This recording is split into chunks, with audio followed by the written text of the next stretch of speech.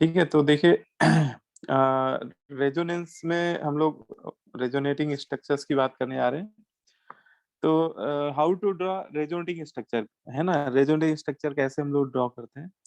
अच्छा, इससे पहले आपको कंडीशंस भी पता होनी चाहिए कि हमें कैसे पता चलेगा कि किसी मॉलिक्यूल में रेजोनेंस होगा भी कि नहीं होगा। तो उसकी कुछ कंडीशन होती हैं, है ना? तो लिख लीजिए नेसेसरी कंडीशन ऑफ रेजोनेंस। ठीक है, किसी मॉलिक्यूल में रेजोनेंस होगा भी कि नहीं होगा, ये कैसे हम लोग देखते हैं। तो उसके लिए कुछ नेसेसरी कंडीशंस है जो हमें पता होनी चाहिए। और ये जो कंडीशंस हम लोग पढ़ने जा रहे हैं, अगर ये कंडीशन किसी मॉलिक्यूल में एप्लीकेबल हो जाएंगी तो उस मॉलिक्यूल में रेजोनेंस होगा। ठीक है, अब देखिए इसमें कंडीशन नंबर 1। ठीक है, फर्स्ट कंडीशन है जो भी आपका मॉलिक्यूल है वो प्लेनर होना चाहिए। Molecule should be planar. ठीक है, क्योंकि जो रेजोनेंस होता है वो एक प्लेनर मॉलिक्यूल में ही होता है। ठीक है, और प्लेनर मॉलिक्यूल में ही जो पाई बॉन्ड्स होते हैं वो डीलोकलाइज करते हैं। ठीक है, और अगर मॉलिक्यूल प्लेनर नहीं होगा तो उसमें रेजोनेंस जैसी फिनोमिना अकर नहीं हो पाएगी। ठीक है, तो पहली कंडीशन है कि हमारा जो भी कंपाउंड है या जो भी मॉलिक्यूल है वो प्लेनर होना चाहिए। ठीक है, सेकंड कंडीशन मतलब प्लेनरिटी मस्ट है, मतलब अगर प्लेनरिटी नहीं है तो वो मॉलिक्यूल में फिर रेजोनेंस नहीं होगा। अब इसमें सेकंड कंडीशन है एक conjugated system should be present. एक conjugated system should be present. उसमें एक कॉन्जुगेटेड सिस्टम भी प्रेजेंट होना चाहिए। ठीक है, अच्छा ये कॉन्जुगेटेड सिस्टम क्या होते हैं, तो इनमें आपको कंडीशंस में बताते हूँ। देखिए फोर इसमें ये कंडीशंस देखिए कौन कौन सी होती है। कॉन्जुगेटेड सिस्टम जो होते हैं वो 4 या 5 टाइप के हो सकते हैं। तो देखिए कौन कौन से कॉन्जुगेट सिस्टम है। तो पहला लिखिए पाई पाई कॉन्जुगेट सिस्टम। पाई पाई कॉन्जुगेट सिस्टम, क्या मतलब इसका पाई पाई कॉन्जुगेट सिस्टम का? तो जब भी किसी मॉलिक्यूल में अगर पाई बॉन्ड अल्टरनेट ऑर्डर में अरेंज हो तो ऐसे सिस्टम को पाई पाई कॉन्जुगेट सिस्टम बोलते हैं, है ना? तो इसमें लिख लीजिए एक पाई बॉन्ड, एक pi bond present in alternate order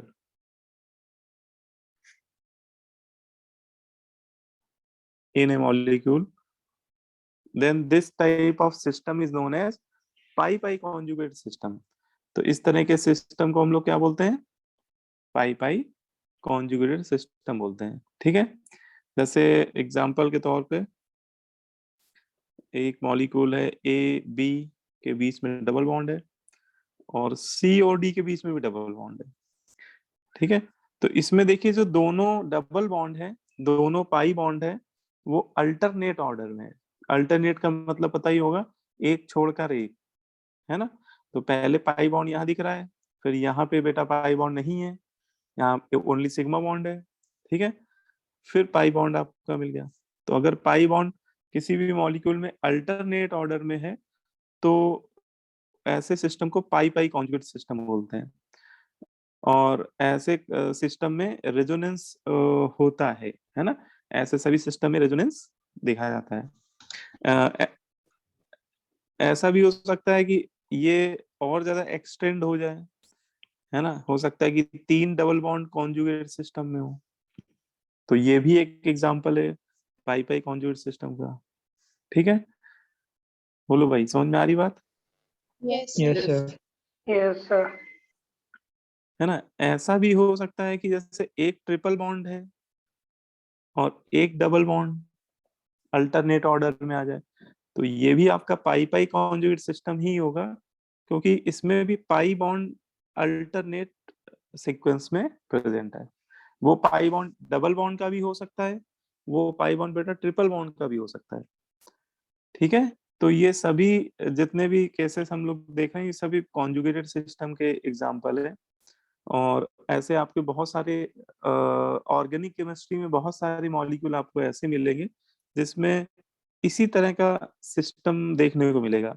जैसे एक ये काफी फेमस है, जो बहुत फेमस एग्जाम्पल है वो मैं इसमें लिखाई दे रहा हूँ।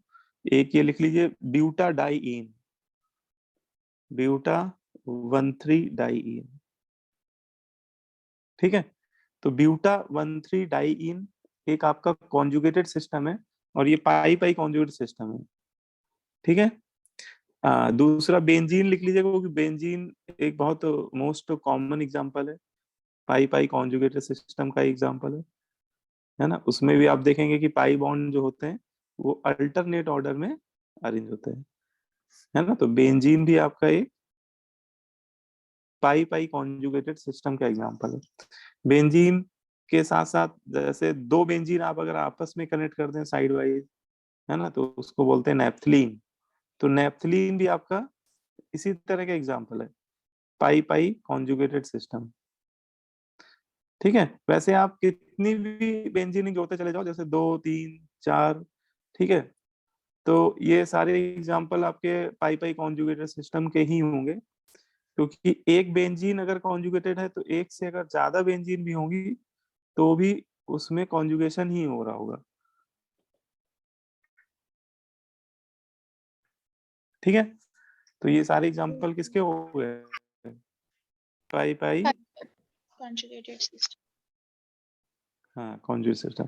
ठीक है, और इन सभी में रेजोनेंस हो रहा होगा। ठीक है, इन सभी मॉलिक्यूल में रेजोनेंस होगा। क्लियर है। अब आते हैं सेकेंड टाइप में। सेकेंड टाइप होता है पाई निगेटिव चार्ज या फिर पाई लोन पेयर या फिर pi positive charge conjugation, conjugated system. ये भी एक इम्पॉर्टेंट केस बनता है कि कभी आपको ऐसा देखने को मिले कि किसी मॉलिक्यूल में कि डबल बॉन्ड मतलब पाई बॉन्ड से डायरेक्टली बॉन्डेड एटम पे निगेटिव चार्ज प्रेजेंट हो, तो इसमें भी रेजोनेंस होगा। ठीक है, लेकिन ये जो कॉन्जुगेशन है ये एक्चुअली जो निगेटिव चार्ज और ये आपका जो पाई बॉन्ड है इसके बीच में कॉन्जुगेशन होगा, है ना। ऐसा भी हो सकता है कि डबल बॉन्ड या मल्टीपल बॉन्ड के एडजेसेंट कार्बन पे ओनली लोन पेयर ही हो, निगेटिव चार्ज ना हो, कोई ऐसा एटम लगा हो जिसके पास लोन पेयर हो, ठीक है, तो भी उसमें रेजोनेंस होगा। और ऐसा भी हो सकता है कि डबल बॉन्ड से डायरेक्टली बॉन्डेड कार्बन पे पॉजिटिव चार्ज हो, तो इन सभी कंडीशन में भी रेजोनेंस होगा।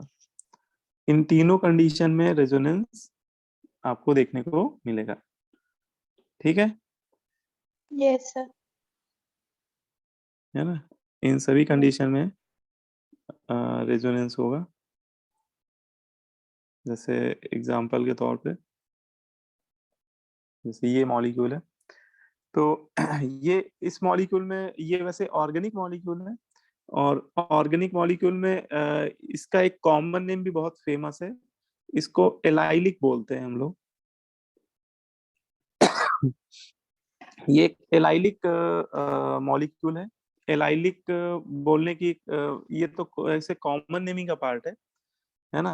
एलाइलिक कब बोलते हैं, जब डबल बॉन्ड से एक CH2 और अटैच्ड हो, तो इतने पार्ट को एलाइलिक बोलते हैं। डबल बॉन्ड दो कार्बन के बीच में डबल बॉन्ड हो और उसके साथ एक CH2 और अटैच्ड हो, तो इसको एलाइलिक बोलते हैं। अब एलाइलिक कार्बन पे अगर निगेटिव चार्ज आ गया तो इसमें भी रेजोनेंस होगा, है ना, इसमें भी रेजोनेंस होगा। ऐसा भी हो सकता है कि जैसे डबली बॉन्डेड कार्बन के पड़ोस में आ जाए नाइट्रोजन, तो नाइट्रोजन पे एक लोन पेयर है और ये लोन पेयर जो है ये रेजोनेंस में पार्टिसिपेट करेगा। ठीक है, और ऐसा भी हो सकता है कि डबली बॉन्डेड कार्बन के पड़ोस में पॉजिटिव चार्ज आ जाए, तो भी इसमें रेजोनेंस होगा। ठीक है, ये एलाइलिक एनायन है और ये नीचे वाला एलाइलिक कटायन है।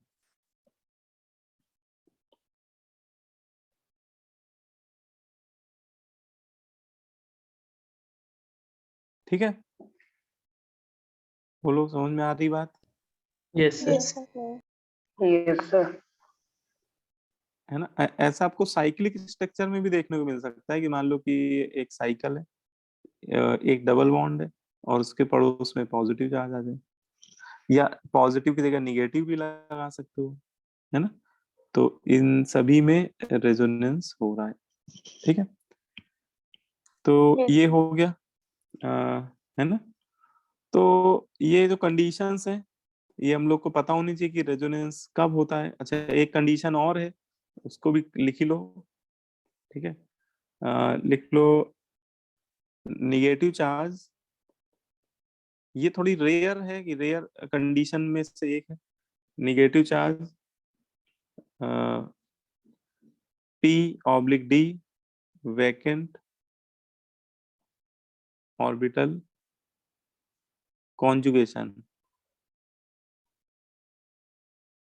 ठीक है, देखो ये हेडिंग थोड़ी बड़ी लग रही देखने में, लेकिन इसको हम लोग बैक बॉन्डिंग के नाम से भी पढ़ते हैं।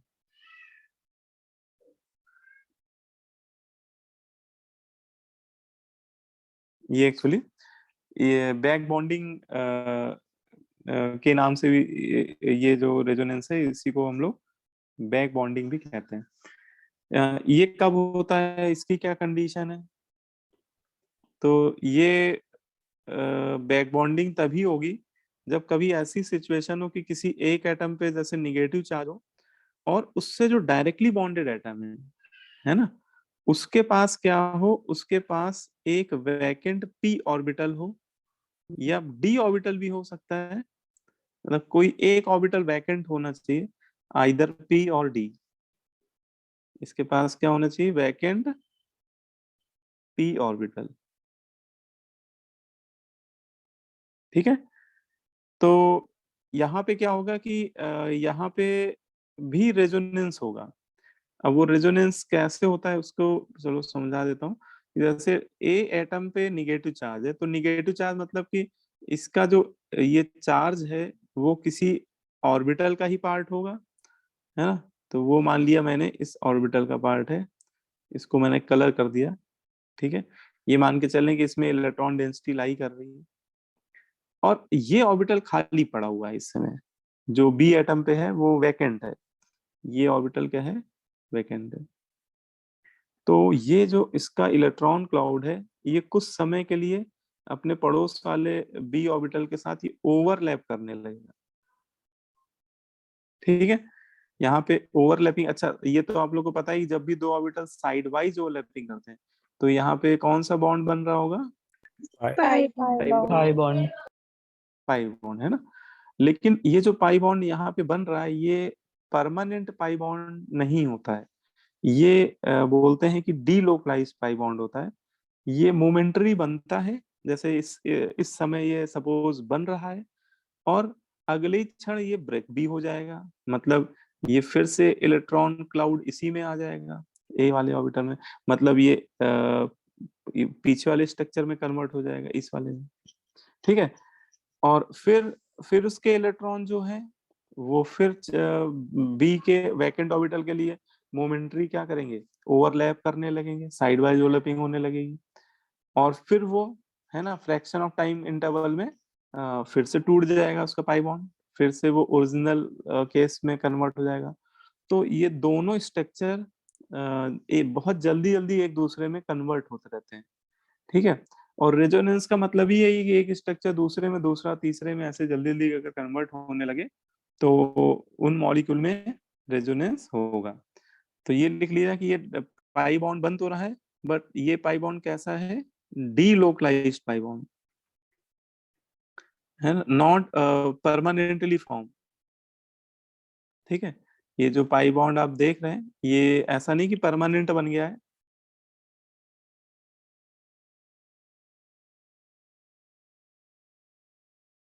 ठीक है, ये एक तरह का डीलोकलाइज्ड पाई बॉन्ड है, और इसे ही हम लोग बैक बॉन्डिंग भी कहते हैं। ठीक है, अच्छा बैक बॉन्डिंग, अगर हाँ बैक बॉन्डिंग भी वैसे दो तरह की होती है। जैसे यहाँ पे ये जो इसका पी ऑर्बिटल के इलेक्ट्रॉन इसके पी ऑर्बिटल में डीलोकलाइज हो रहे हैं, तो इसे हम लोग बोलेंगे पी पाई बैक बॉन्डिंग। इसको क्या बोलेंगे, पी पाई बैक बॉन्डिंग। ठीक है, एटम ए का पी ऑर्बिटल और एटम बी के पी ऑर्बिटल के बीच में क्या बन रहा है, पाई बॉन्ड बन रहा है। और इसमें एक पी पाई डी पाई बैक बॉन्डिंग भी हो सकती है, कि जैसे मान लो कि ए एटम पे निगेटिव चार्ज है, लेकिन डी और डी इसके साथ जो बी एटम अटैच्ड है उसके पास वैकेंट डी ऑर्बिटल है। ये कैसे पता लगेगा वैकेंट डी ऑर्बिटल है कि नहीं, तो वैकेंट डी ऑर्बिटल होने के लिए ये एलिमेंट जो बी एटम है it should belong to third period और ऑनवर्ड। ठीक है, तो बी एटम अगर थर्ड पीरियड या उससे भी नीचे वाले किसी पीरियड को बिलोंग कर रहा है, तो यहाँ पे बी एटम के पास एक डी ऑर्बिटल कम से कम ऐसा जरूर होगा जो क्या होगा, वैकेंट होगा। तो यहाँ पे इसके जो निगेटिव चार्ज डेंसिटी है जो ए एटम पे है, वो उसके डी ऑर्बिटल के साथ क्या करेगा, पाई बॉन्ड का फॉर्मेशन करेगा। ठीक है, वही बात है कि मोमेंटरी पाई बॉन्ड बनेगा, और इस तरह की बैक बॉन्डिंग को बोलते हैं पी पाई डी पाई बैक डोनेशन या बैक बॉन्डिंग। सर ये प्रोसेस चलता ही रहेगा सर कि बॉन्ड बनेगा और फिर ओरिजिनल स्ट्रक्चर? हाँ, ये जो रेजोनेटिंग स्ट्रक्चर्स हम लोग बनाएंगे, जिन भी मॉलिक्यूल में रेजोनेंस होता है उसमें एक स्ट्रक्चर कम से कम दो स्ट्रक्चर आपस में कन्वर्ट होते रहते हैं, इंटर कन्वर्टेबल स्ट्रक्चर होते हैं, पहला दूसरे में, दूसरा पहले में, या पहला दूसरे में, दूसरा किसी तीसरे में। तो और बड़ी जल्दी जल्दी बहुत रैपिड टाइप के ये इंटर कन्वर्जन होते हैं, इतना ज्यादा रैपिड होते हैं कि इन इन स्ट्रक्चर्स को जो हम जैसे यहाँ पे बना रहे हैं, इन स्ट्रक्चर्स वाले मॉलिक्यूल को हम लोग आइसोलेट भी नहीं कर सकते, है ना, इतनी जल्दी जल्दी रैपिड इसमें पाई बॉन्ड बनेगा टूटेगा, बनेगा टूटेगा। ठीक है, तो ये रेजोनेंस की खास बात है कि रेजोनेंस सर किसी भी मॉलिक्यूल में होता है तो उसमें बड़ी रैपिड सिचुएशन होती है। हाँ क्या सर करूँ बेटा, सर इसमें सर आप में सर नेगेटिव चार्ज लोड पे होना जरूरी है? हाँ निगेटिव चार्ज या लोन पे नहीं होगा तो फिर ओवरलैपिंग नहीं सर, सर दोनों एक इलेक्ट्रॉन्स साथ होना की जरूरी होगी। है? नहीं एक साथ नहीं, या तो निगेट जैसे, अच्छा यहाँ पे ये कह रहे हो, देखो ये एक सर चीज ये आपने दोनों बना। हाँ एक चीज आपको ये क्लियर होनी चाहिए कि जब भी निगेटिव चार्ज होगा तो उस पे एक लोन पेयर जरूर होगा। निगेटिव चार्ज हमेशा लोन पेयर के साथ में आता है। आप कोई भी एग्जांपल देखिएगा, अगर किसी एटम पे बेटा निगेटिव चार्ज आ रहा होगा तो विद लोन पेयर ही आता है, मतलब एक के साथ एक फ्री है यहाँ पे मतलब अकेला निगेटिव चार्ज कभी नहीं आएगा। आप सोचो कि निगेटिव चार्ज आए लोन पेयर ना है, तो ऐसा पॉसिबल नहीं। हाँ ये हो सकता है कि अगर वो एटम न्यूट्रल है और उस पे केवल लोन पेयर हैं, उसके अपने लोन पेयर हैं वो, तो ये हो सकता है। यहाँ पे निगेटिव चार्ज नहीं है, ठीक है, लेकिन यहाँ पे क्या सिचुएशन होगी, यहाँ पे जो ये दो इलेक्ट्रॉन दिखाए जा रहे हैं उसमें से एक इलेक्ट्रॉन तो इस एटम का ही होगा, सी एटम का, और ये जो दूसरा इलेक्ट्रॉन है ये किसी दूसरे एटम का होगा जो पहले कभी बॉन्ड वॉन्ड बना रहा होगा, और बॉन्ड टूटने के पास ये इसके पास आ गया। ठीक है, तो इसमें ये जो एक इलेक्ट्रॉन है ये एक्चुअली सी एटम का नहीं है, ये वो किसी का छीन छान के लाया है। मतलब जब इस मान लो ये किसी डी के साथ बॉन्ड बना रहा था और ये बॉन्ड टूट गया बेटा,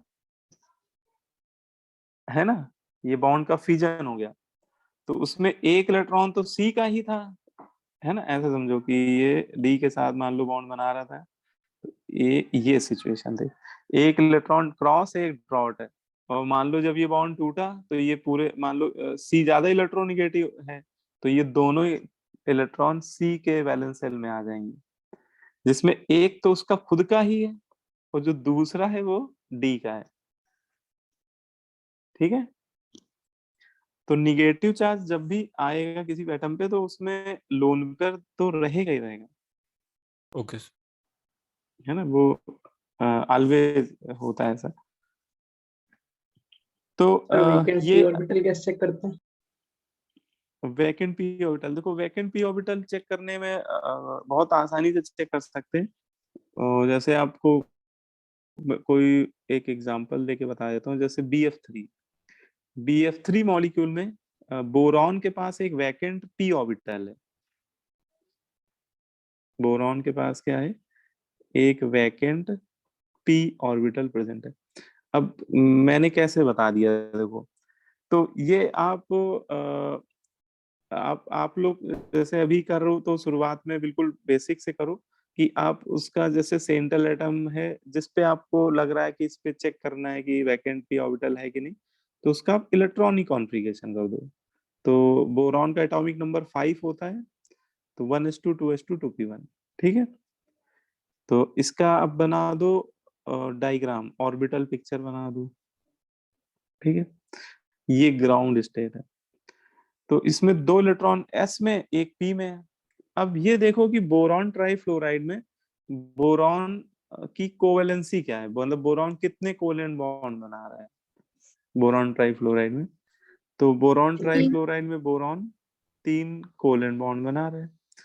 3 कोवेलेंट बॉन्ड वो तभी बना सकता है जब उसके पास वैलेंस शेल में कितने अनपेड इलेक्ट्रॉन हो, 3, है ना। इसका मतलब अच्छा इस समय तो एक ही अनपेड है, इसका मतलब क्या होगा, इसमें एक एक्साइटेड स्टेट बनेगी, और इस एक्साइटेड स्टेट में जो s ऑर्बिटल के जो पेयर्ड इलेक्ट्रॉन है उनमें से एक इलेक्ट्रॉन उसके p ऑर्बिटल में जंप कर जाएगा, तो उसमें ये 3 बन गए उसके हाफ फिल्ड ऑर्बिटल, और ये हाफ फिल्ड ऑर्बिटल तो आपस में हाइब्रिडाइज होकर sp2 टाइप का क्या बना देंगे, हाइब्रिड ऑर्बिटल का फॉर्मेशन कर देंगे। लेकिन इसके बावजूद अब आप इसको चेक भी कर सकते हो कि अगर कोई पूछे बोरॉन पे हाइब्रिडेशन क्या है, तो वो तो हाइब्रिडेशन आप लोग निकाल भी सकते हो कि बोरॉन 3 सिग्मा बॉन्ड बना रहा है, लोन पेयर है नहीं उसके पास क्योंकि उसकी वैलेंस शेल में 3 ही इलेक्ट्रॉन ही होते हैं, तो sp2 आ रहा है, इसका मतलब एक ऑर्बिटल उसके पास अभी भी ऐसा है जो खाली पड़ा हुआ है, ये वाला, ये एक वैकेंट p ऑर्बिटल प्रेजेंट होगा, क्योंकि उसके जो sp2 टाइप के ऑर्बिटल बने होंगे वो तो बेटा सिग्मा बॉन्ड बना लिए होंगे, है ना, उसके बाद भी एक ऑर्बिटल अभी भी वैकेंट, तो इस तरह से आप उसको समझ सकते हो। यस। ठीक है, 13 ग्रुप के जितने भी हैलाइड होते हैं सबके पास वैकेंट p ऑर्बिटल होता है, ऐसे भी याद कर सकते हो, halide of 13 group always have vacant p orbital. ठीक है, 13 ग्रुप में ऐसे बोरॉन का कोई भी हैलाइड लिख के दे दिया जाए आपको, BF3, BCl3, BBr3, BI3, तो इनमें सबके पास वैकेंट p ऑर्बिटल है। एल्युमिनियम के हैलाइड लिख के दे दिए जाए, aluminium fluoride, aluminium chloride, aluminium bromide, है ना, इनके पास भी एल्युमिनियम आयोडाइड बनता नहीं वैसे तो इन सभी के पास वैकेंट p ऑर्बिटल है।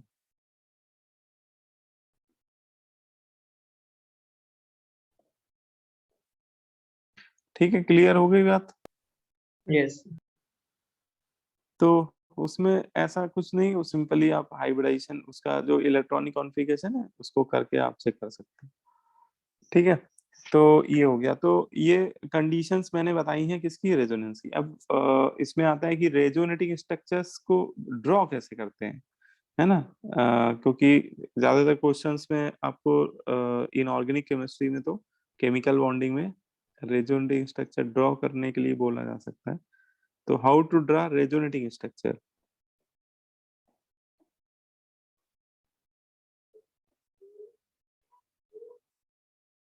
देखिए, रेजोनेटिंग स्ट्रक्चर को ड्रॉ करने का एक सिंपल मैं आपको तरीका बताऊंगा। देखो, इसमें जैसे ये वाला जो केस है, जो सेकेंड केस है, इनऑर्गेनिक केमिस्ट्री में ये वाला केस आपको ज्यादातर मॉलिक्यूल में देखने को मिलेगा। क्योंकि देखो, रेजोनेंस एक ऐसा टॉपिक है, वो ऑर्गेनिक मॉलिक्यूल में भी हो सकता है और इनऑर्गेनिक मॉलिक्यूल में भी हो सकता है, ठीक है। लेकिन जैसे हम लोग अभी केमिकल बॉन्डिंग पढ़ रहे हैं, केमिकल बॉन्डिंग इनऑर्गेनिक केमिस्ट्री का पार्ट है। तो इनऑर्गेनिक केमिस्ट्री में जो मॉलिक्यूल होते हैं, उनमें ये वाला जो रेजोनेंस है, ये ज्यादातर आपको देखने को मिलेगा। मतलब 99% केस में आपको यही वाला रेजोनेंस देखने को मिलेगा। ठीक है। तो इसी पे पहले थोड़ा बात कर लेते हैं। तो ये जो केस है, अगर आपको कभी इस तरह का मॉलिक्यूल दे दिया जाए कि दो एटम के बीच में डबल बॉन्ड बन रहा है और उससे डायरेक्टली बॉन्डेड एटम पे निगेटिव चार्ज है, तो देखो, इसके अगर आपसे रेजोनेटिंग स्ट्रक्चर को बना रहा है, बनाने को बोल रहा है, तो उसको कैसे हम लोग ड्रॉ करेंगे। तो इसमें आपको एक चीज ध्यान रखना है कि जो निगेटिव चार्ज डेंसिटी है, ठीक है, वो पाई बॉन्ड पे थोड़ी डोमिनेंट करती है। ठीक है। इसमें एक डायरेक्शन की अगर हम लोग बात करें, तो एक इसमें सर्टेन डायरेक्शन होती है डीलोकलाइजेशन की, है ना। लिख लो, डायरेक्शन ऑफ मूवमेंट और डीलोकलाइजेशन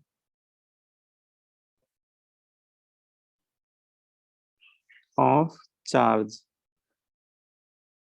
देखिए, चार्ज के मूवमेंट की एक डायरेक्शन होती है। देखो, सबसे ज्यादा जो ये डायरेक्शन होती, हाई इलेक्ट्रॉन डेंसिटी, इसको ऐसे आप समझ सकते हो।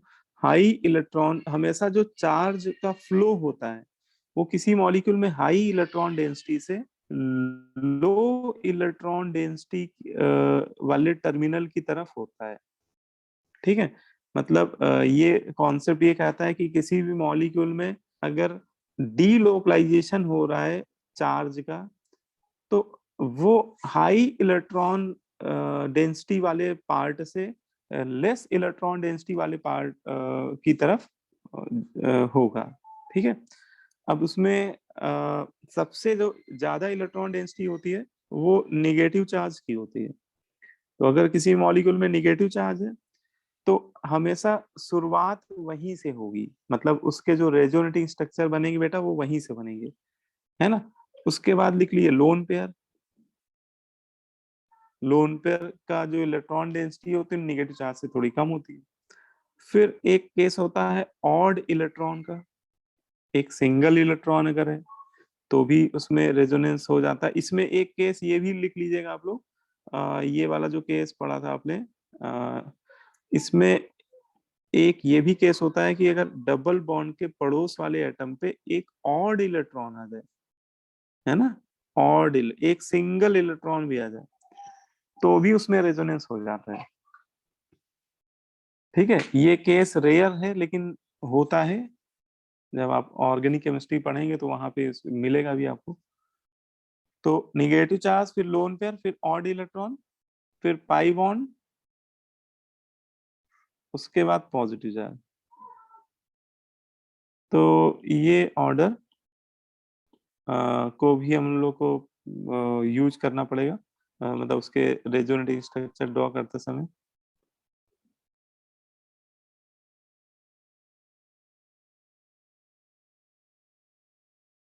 ठीक है, बोलो भाई। Yes yes yes sir. Sir. Yes sir. तो जैसे ये वाला मॉलिक्यूल है, इसमें अगर देखें तो एक आपका निगेटिव चार्ज, एक आपका पाई बॉन्ड है।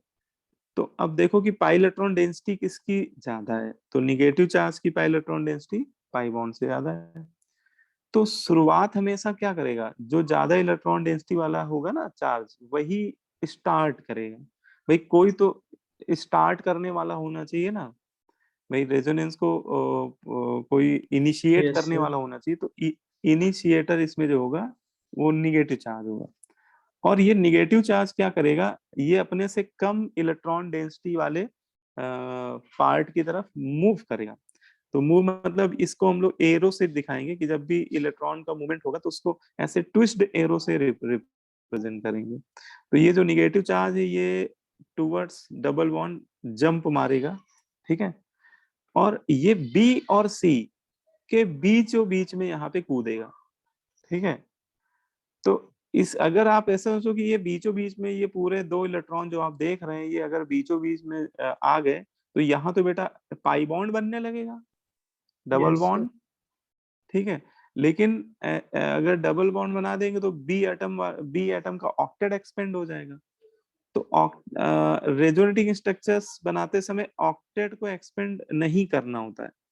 तो हम लोग क्या करेंगे, ये जो इसके जो पाई इलेक्ट्रॉन डेंसिटी है, ये जो पाई इलेक्ट्रॉन है दो, ये नेक्स्ट एटम पे मूव कर जाएंगे। अच्छा, ये एक ही साथ होगा साइमल्टेनियसली कि ये निगेटिव चार्ज जंप कर ही रहा है, साथ ही साथ ये वाले पाई इलेक्ट्रॉन नेक्स्ट एटम पे मूव कर रहे हैं, ठीक है। बोलो भाई, तो ये दोनों एक ही साथ आ रहे हैं, है ना। तो ये निगेटिव चार्ज जैसे लपक कर रहा है वैसे ही ये झपक कर रहा है, ठीक है। इसमें लपक बाबा झपक याद रखना है।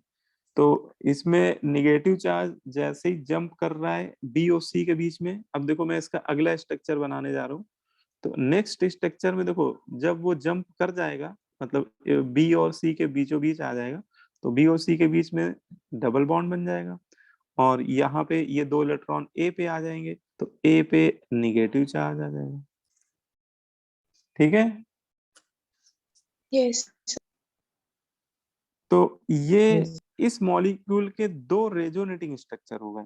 इसको बोल देते हैं, ये फर्स्ट वाला रेजोनेटिंग स्ट्रक्चर है, ये सेकंड वाला है। लेकिन देखो ये निगेटिव चार्ज जो आया है आपकी ए एटम पे, ये शांत रहने वाला नहीं है, ठीक है। ये फिर देखेगा कि पड़ोस में इधर वाले मतलब जब इधर साइड देखेगा राइट साइड, तो देखेगा पड़ोस में फिर से पाई बॉन्ड है। और जैसे ही पड़ोस में देखेगा पाई बॉन्ड है तो उससे रहा नहीं जाएगा, फिर वो लपक झपक करेगा, ठीक है। तो ये इधर फिर जंप मारेगा ए बी के बीच में, तो यहाँ पे फिर डबल बॉन्ड बनने लगेगा, है ना। ए और बीच में डबल बॉन्ड और सी पे निगेटिव चार्ज, मतलब ये ओरिजिनली फर्स्ट स्ट्रक्चर में ही क्या हो जाएगा, कन्वर्ट हो जाएगा, ठीक है। इसका मतलब ये दोनों स्ट्रक्चर आपस में ही कन्वर्ट होने लगेंगे, है ना। पहला स्ट्रक्चर दूसरे में, दूसरा पहले में। और इन दोनों स्ट्रक्चर्स को हम लोग बोलेंगे रेजोनेटिंग स्ट्रक्चर। इन दोनों स्ट्रक्चर को क्या बोलेंगे, रेजोनेटिंग स्ट्रक्चर या कैनोनिकल स्ट्रक्चर या कंट्रीब्यूटिंग स्ट्रक्चर ही बोल सकते हो। अब इसमें एक बात ये भी इंटरेस्टिंग है कि जो रेजोनेंट स्ट्रक्चर हम लोग कॉपी में बना तो रहे हैं, लेकिन इनको हम लोग आइसोलेट नहीं कर सकते हैं किसी भी एक्सपेरिमेंटल मेथड से। इनको हम लोग सॉल्यूशन से आइसोलेट या सेपरेट नहीं कर सकते, ठीक है। तो इन स्ट्रक्चर्स को हम लोग थ्योरेटिकली इमेजिनरी मानते हैं, क्योंकि इन स्ट्रक्चर्स को हम लोग आइसोलेट नहीं कर सकते। तो ऐसे स्ट्रक्चर्स हम लोग बोलते हैं कि बन भी रहे हैं या नहीं बन रहे हैं, इसको इमेजिनरी कंसीडर कर लेते हैं कि, है ना। क्योंकि अगर वास्तविकता में बन रहे होते तो आइसोलेट भी कर सकते हैं। लेकिन अब ये दो स्ट्रक्चर, इस मॉलिक्यूल के दो स्ट्रक्चर है, और ये दोनों स्ट्रक्चर में किसी एक स्ट्रक्चर में नहीं रह रहा है, वो दोनों में डीलोकलाइज कर रहा है। और ऐसा करने की वजह से उसके अंदर एक वो मॉलिक्यूल एक तीसरे स्ट्रक्चर के फॉर्म में एग्जिस्ट करता है ना। क्योंकि वो ना तो फर्स्ट स्ट्रक्चर में रह पाएगा, ना तो वो सेकेंड स्ट्रक्चर में रह पाएगा। तो उसके अंदर एक डिफरेंट बिहेवियर डेवलप होगा, और वो एक अल्टीमेटली थर्ड स्ट्रक्चर में एग्जिस्ट करेगा। और इसका जो जो स्ट्रक्चर एग्जिस्ट करेगा उसको बोलते हैं रेजोनेंस हाइब्रिड। उसको क्या बोलते हैं? Resonance Resonance hybrid, hybrid. है ना? हाँ, हाइब्रिड स्ट्रक्चर की खास बात होती है कि ये जो हाइब्रिड स्ट्रक्चर है इसमें फर्स्ट स्ट्रक्चर की प्रॉपर्टीज भी एसोसिएटेड होंगी और जो सेकंड स्ट्रक्चर है उसकी प्रॉपर्टीज भी एसोसिएटेड होंगी, है ना? एक मॉलिक्यूल के जितने भी रेजोनेंस, जैसे यहाँ पे 2 बन रहे हैं, तो दोनों स्ट्रक्चर की कुछ कुछ प्रॉपर्टीज इस स्ट्रक्चर में समावेशित हो जाएंगी, मतलब ये दोनों इस प्रॉपर्टीज मर्ज हो जाएंगी। ऐसा नहीं कि 100% पहले स्ट्रक्चर की तरह होगा, ऐसा नहीं कि 100% सेकंड स्ट्रक्चर तरह होगा। कुछ कुछ प्रॉपर्टी पहले स्ट्रक्चर की आ जाएगी, कुछ कुछ प्रॉपर्टी सेकंड स्ट्रक्चर की आ जाएगी। और नेचर में ये मॉलिक्यूल ना तो वन स्ट्रक्चर में पाया जाएगा या ना तो वो सेकंड में पाया जाएगा, वो एग्जिस्ट करेगा तीसरे स्ट्रक्चर में, जिसको हम लोग थ्योरी में बोल रहे हैं रेजोनेंस हाइब्रिड। अब ये हाइब्रिड को कैसे बनाते हैं, इसको ड्रॉ करने का तरीका क्या है? तो उसमें क्या करो, देखो जैसे आप ए और पहला स्ट्रक्चर देखो तो उसमें ए और बी के बीच में पाई बॉन्ड बन रहा है, और आप अगर दूसरा स्ट्रक्चर देखो तो उसमें ए ओ के बीच में केवल क्या बन रहा है? सिग्मा बॉन्ड बन रहा है ना? Single bond, yes sir. है ना?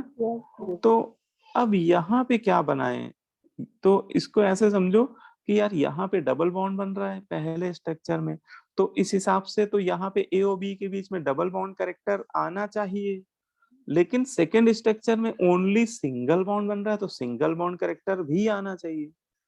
तो इसमें दोनों को अगर मर्ज कर दें तो इसके अंदर बोलते हैं कि पार्शियल डबल बॉन्ड कैरेक्टर आ जाएगा।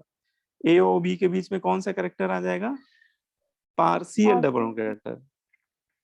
ना तो वो कंप्लीटली डबल बॉन्ड है, ना वो कंप्लीटली सिंगल बॉन्ड है ना?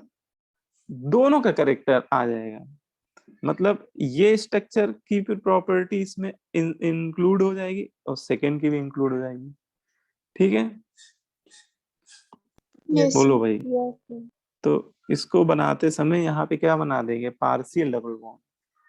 ठीक है, दोनों करेक्ट। ऐसे ही बी और सी के बीच में देखो, यहाँ सिंगल बॉन्ड है, यहाँ डबल बॉन्ड है, तो बी और सी इसमें अल्टीमेटली सिंगल बॉन्ड कैरेक्टर और डबल बॉन्ड कैरेक्टर का मर्ज वाला फॉर्म आएगा एक तरह से यहाँ पे। तो फिर से भी बात है, ना तो 100% सिंगल बॉन्ड कैरेक्टर आ पाएगा, ना 100% डबल, तो वो आ जाएगा पार्शियल डबल बॉन्ड कैरेक्टर।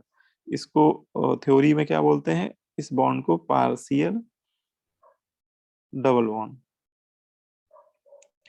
और चार्ज की बात करें तो देखो इस मॉलिक्यूल में -1 का चार्ज है। अगर हम लोग चार्ज का मैग्नीट्यूड चार्ज को देखें तो वो ये -1 का चार्ज है, लेकिन वो 2 एटम पे इक्वली डिस्ट्रीब्यूट हो रहा है।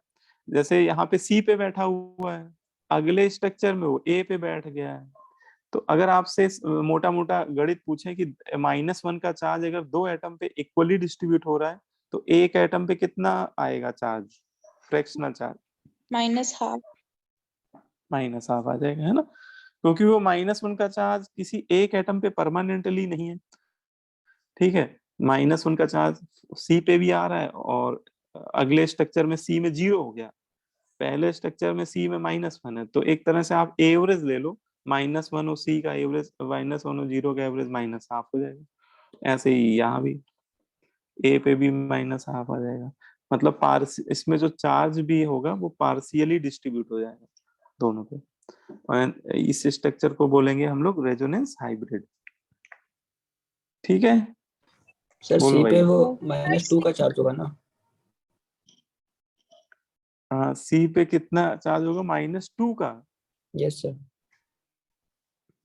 -2 तो बेटा पूरे मॉलिक्यूल में नहीं है ना।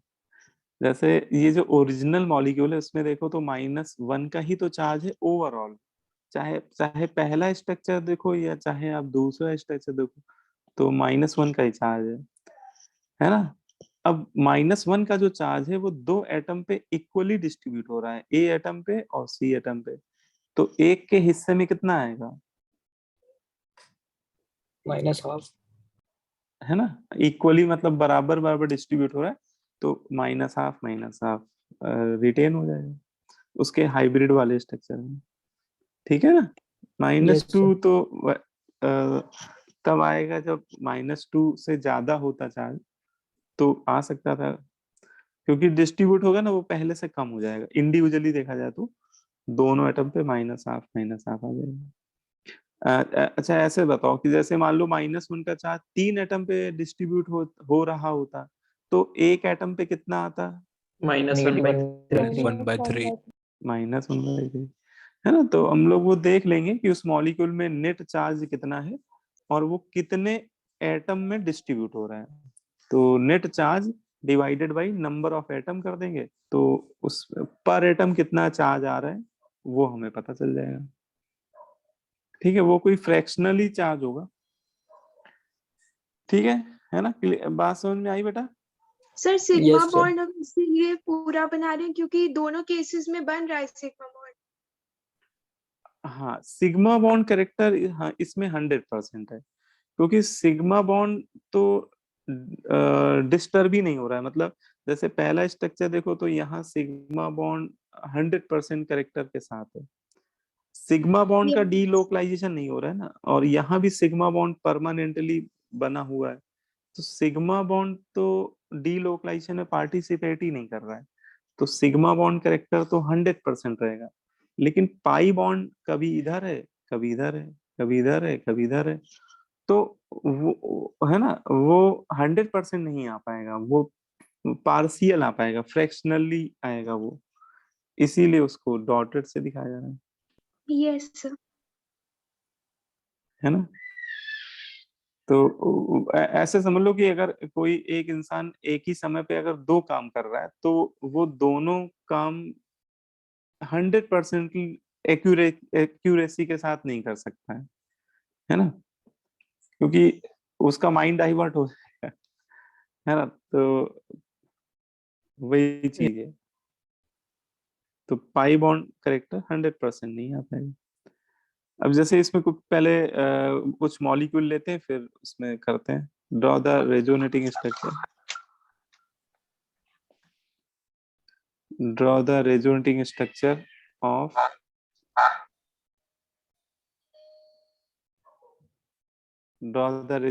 of following molecule and also calculate bond order। ठीक है, देखो जैसे एक लिख लो आप कार्बोनेट आयन, इसके बनाएंगे हम लोग रेजोनेटिंग स्ट्रक्चर। एक बना लीजिए आप लोग फॉस्फेट आयन का बना लीजिए,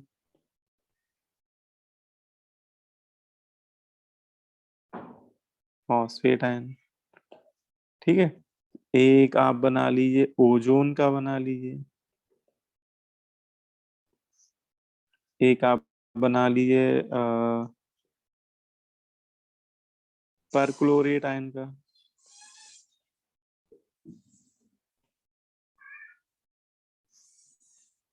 एक आप बना दिए एसीटेट आयन का। सर एसीटेट आयन का फॉर्मूला बता दीजिए। एसीटेट आयन हो जाएगा बेटा CH3 C double bond O O-, है ना, ये एसीटेट आयन होगा। Yes. बेंजीन तो बहुत वैसे ही पॉपुलर एग्जांपल है, सल्फेट आयन का बना लीजिए। सर पर क्लोरेट में सर ClO2 होता है, ClO होता है सर। पर क्लोरेट में होगा ClO4-, ये ओके पर सर। क्लोरेट आयन होता है।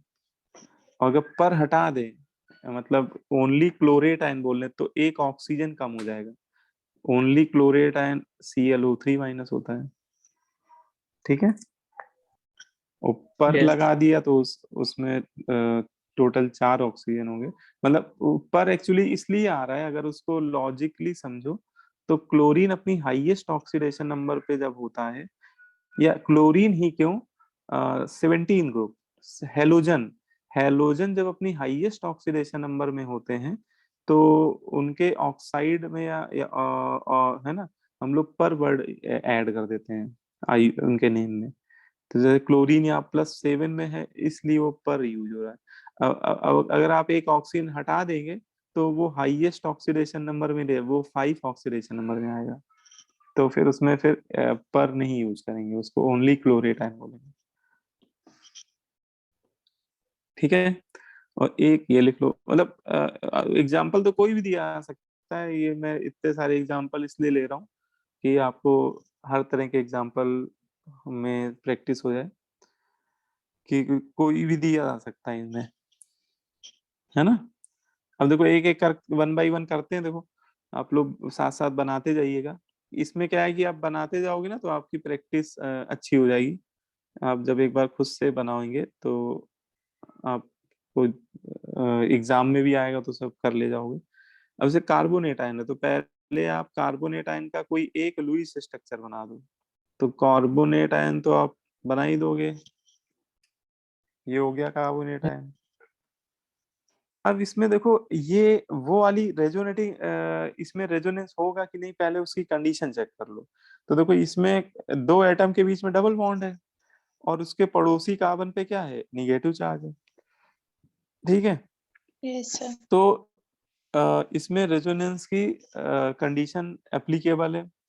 तो इसमें अगर अब बनाना है मुझे तो ये जो पड़ोसी कार्बन पे निगेटिव चार्ज है, अब मैं शुरुआत में क्या करूंगा, निगेटिव चार्ज से ही करूंगा। तो निगेटिव चार्ज इधर जंप मारेगा, लपक करेगा और उसका जो पाई बॉन्ड है वो झपक करेगा। ठीक है, तो इसका पहला स्ट्रक्चर बन गया, ये O पे आ गया निगेटिव चार्ज और ये बना लिया डबल बॉन्ड, और वो तो पहले ही से निगेटिव चार्ज था, लेफ्ट वाला ऑक्सीजन तो पहले से निगेटिवली चार्ज था। तो ये पहला रेजोनेटिंग स्ट्रक्चर है, तो ये बेटा सेकंड रेजोनेटिंग स्ट्रक्चर हो गया। अब इसमें एक पॉसिबिलिटी और ये थी कि जैसे आप इसी स्ट्रक्चर में सोचो तो ये भी तो हो सकता था कि यार ये वाला निगेटिव चार्ज लपक करता और ये वाला पाई बॉन्ड झपक करता, है ना, क्योंकि इस पाई बॉन्ड के लेफ्ट और राइट दोनों तरफ एक एक निगेटिव चार्ज है। तो वो रेजोनेंस, इसका जो पाई बॉन्ड है सी डबल बॉन्ड होगा, वो तो दोनों में से किसी के साथ भी रेजोनेंस में इन्वॉल्व हो सकता है। तो अब क्या करते हैं, एक बार आप इधर से कराओ जंप, ये जो लेफ्ट वाला ऑक्सीजन है ना, ये भी तो उसके पड़ोस में है पाई बॉन्ड के, तो इसका भी मन मचलेगा। तो अगले स्ट्रक्चर में, मतलब इसका जो थर्ड स्ट्रक्चर बनाएंगे तो इसके रिस्पेक्ट में बनाएंगे।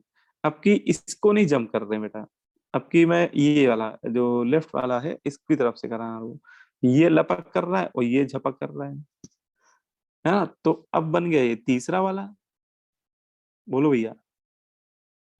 Yes sir. ठीक है, 3 बन गए, तो इसके टोटल 3 ही बनेंगे, है ना, क्योंकि आप समझ सकते हो कि इसमें पाई बॉन्ड एक ही है लेकिन निगेटिव चार्ज 2 हैं। तो एक बार मैंने राइट वाले ऑक्सीजन एटम पे निगेटिव चार्ज के रिस्पेक्ट में लपक झपक करा दिया, एक बन गया ये वाला। एक बार मैंने लेफ्ट वाले ऑक्सीजन के रिस्पेक्ट में लपक झपक करा दिया, उससे बन गया ये वाला। ठीक है, अब इन तीनों स्ट्रक्चर, अच्छा ये तीनों स्ट्रक्चर बहुत जल्दी जल्दी एक दूसरे में कन्वर्ट हो रहे होंगे, है ना। ये इसके 3 रेजोनेटिंग स्ट्रक्चर है। कोई पूछे कार्बोनेट आयन के कितने रेजोनेटिंग स्ट्रक्चर हैं, नंबर ऑफ रेजोनेटिंग स्ट्रक्चर, कई बार देखो ऑब्जेक्टिव क्वेश्चन में तो बहुत छोटी छोटी बातें आपसे पूछेंगी। आपसे हो सकता है कि इंटीजर टाइप क्वेश्चन में यही पूछ दे, how many resonating structure form by carbonate ion, तो आंसर क्या हो जाएगा 3, है ना। इसके 3 रेजोनेंस स्ट्रक्चर बन रहे हैं, लेकिन ये तीनों स्ट्रक्चर एक साथ मर्ज होके नेचर में वो एक ही स्ट्रक्चर में देखने को मिलेगा। मतलब वो कार्बोनेट आयन जो है वो ऐसा नहीं, उसके 3 स्ट्रक्चर, आप जब उसको किसी भी स्पेक्ट्रोस्कोपी टेक्निक से जब उसको एनालाइज करेंगे उस मॉलिक्यूल को, तो आपको वो दिखेगा तो एक ही रूप में, लेकिन वो रूप इन तीनों का मिक्स रूप होगा, है ना। उसमें Yes, तीनों स्ट्रक्चर की खूबियां क्या हो जाएंगी, तीनों स्ट्रक्चर मिक्स की प्रॉपर्टी मिक्स हो जाएंगी, है ना, मर्ज हो जाएंगी। अब यहाँ पे वही बात है कि अब जैसे डबल बॉन्ड, यहाँ पहले स्ट्रक्चर में देखो यहाँ तो सिंगल बॉन्ड है बेटा, इस ऑक्सीजन का भी यहाँ लेकिन डबल आ गया, यहाँ फिर से सिंगल आ गया। तो अब डबल Partial बनाए कि सिंगल बनाए, है ना? तो Partial ऐसे double. केस में पार्शियल डबल बॉन्ड बनेगा, है ना? बोलो भाई, समझ में आ रहा है? ये मान लो वही कंडीशन हो गई, जैसे एक अंकल जी हैं, उनके 2 बच्चे हैं। अब एक बच्चा बोल रहा है कि पापा मुझे आइसक्रीम खानी है, एक कह रहा है पापा मुझे चॉकलेट खानी है। अब पापा जी परेशान कि क्या करें। अच्छा, वो दोनों बच्चे हैं भी शैतान कि अगर दोनों को चॉकलेट ले आओगे तो जो चॉकलेट मांग रहा है वो तो हैप्पी हो जाएगा, जो चॉकलेट नहीं मान रहा है वो तो बवाल काट देगा भाई साहब। तो पापा जी को अगर दोनों को खुश करना है एट ए टाइम तो वो क्या करेंगे?